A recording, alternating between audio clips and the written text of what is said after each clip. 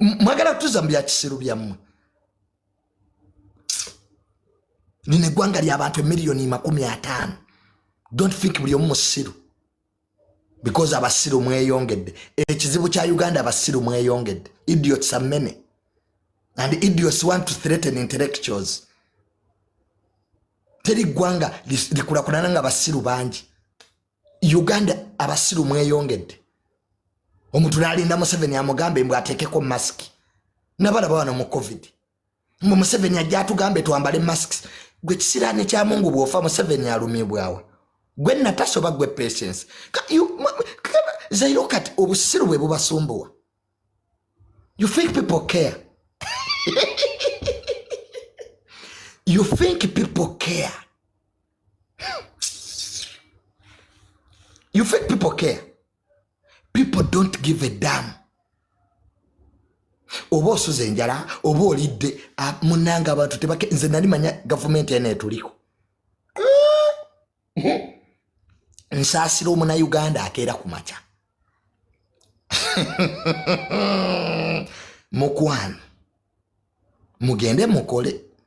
You are wasting time. Nze bebya struggle na birimu ebyekifere. Sali yewa Bobi Wine. Bobi Wine tamanyi tankubira. Kifere ekyo.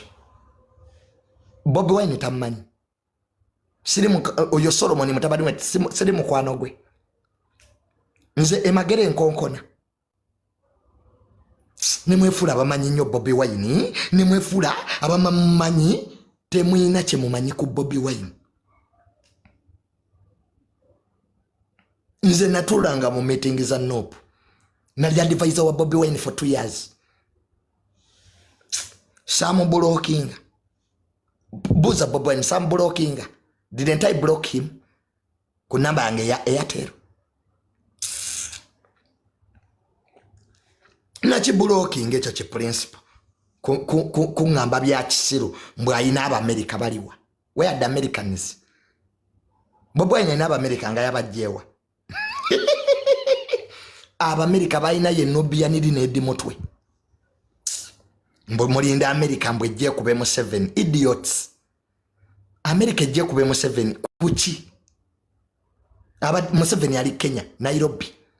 Ali mu addressing World Bank. President Museveni ali Kenya. Is addressing World Bank. Muri kuno mwasa amiridde. Haveka. Fatumokoi. Right, wenjogerera kati. President Museveni is in Kenya addressing World Bank. Gendula be speech ye jakoze. Ngate munnefuula situlwago. Sibanya fidye dictator, fidye ombuye idiots. Nga nange yasoma osanga mu ebyo. Wano waliwo Museveni wagenda vaako. Museveni ajja kufa ku ntebe nga afudde. The honorable Museveni will leave power nga afudde. Trust me. Prepare for state funeral. Obadde omanyi nti waliwo state handover. Prepare for state funeral. Era obadde omanyi mundeke n'okone.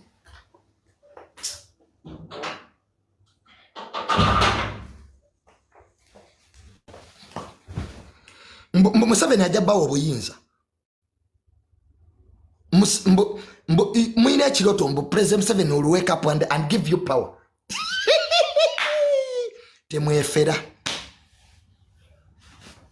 Olaba yabumma mutabani we. If he can't give power to his son, what about mwebaiza we mvembi ekisiru. Ebyo ebiroto bye mulimu mbu setulwago, wano tewali setulwago. Setulwago eri mu nsawo yo. Setulwago eri mu nsawo yo. Omwavu yali mu setulwago. Period.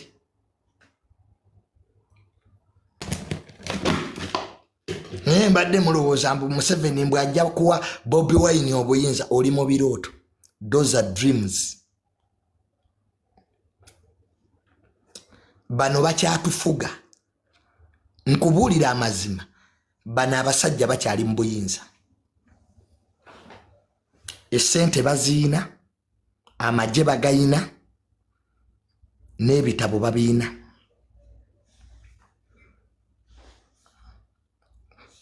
Nkubuulire bye bayina. They have money, they have the army, they have knowledge. Basomye.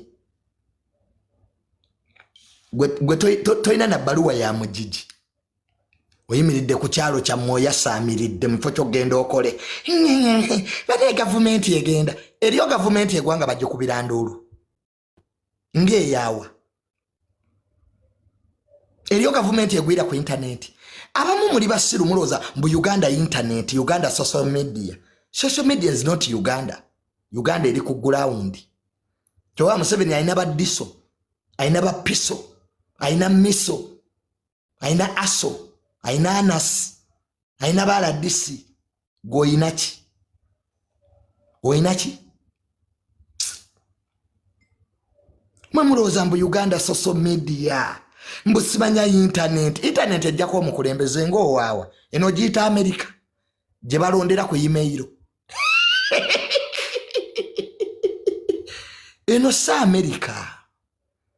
Gye balondera ku email.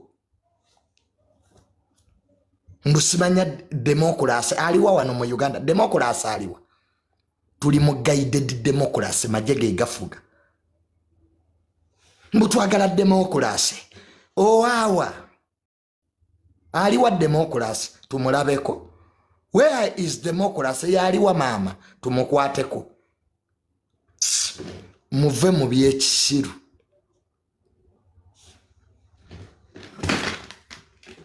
Mugera ku democracy oyinza okugamba muntu.